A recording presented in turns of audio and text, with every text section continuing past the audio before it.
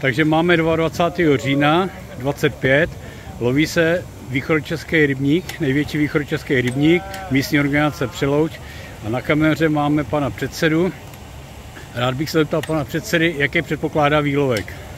Dobrý den, výlovek předpokládám, že ryba je sice drobnější, než jsme předpokládali, má něco kolem 1,80 kg průměru, ale výlovek předpokládáme kolem 700 metráků, pokud podle skrmeného obilí, tak počítám, že by tutově mohlo těch 700 metráků být možná i trochu víc.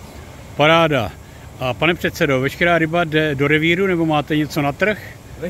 Veškerá ryba jde do revíru, jde do územních svazů a jde do rybářských revírů. Pouze část ryb, asi 20-25 metráků, dodáváme na zpracovnu do chlumeckého rybářství, které zase dojde k výměně, kterou rybu nám chlumecké rybářství vymění a skončí na jaře zase v sportovních vodách, na takzvané jarní zarybnění.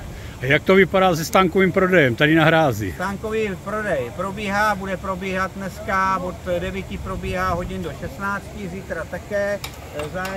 Zájem celkem solidní, máme i, myslím, solidní cenu, kilo kapra 100 korun. Takže předpokládáte, že se bude prodávat i zítra, jo? Bude se prodávat zítra až do 16 hodin. A výlovy jako takové ještě zítra budou taky probíhat? Výlovy budou probíhat zítra, dolovná jako dolovy, jako to je dočistá, bude probíhat ještě v pátek v pátek a v sobotu ještě budeme distribuovat rybu na převoz, co uchováváme v sádkách. Pane předsedo, já vám děkuju. Ať se vám dílo daří. Mějte se hezky, nashledanou.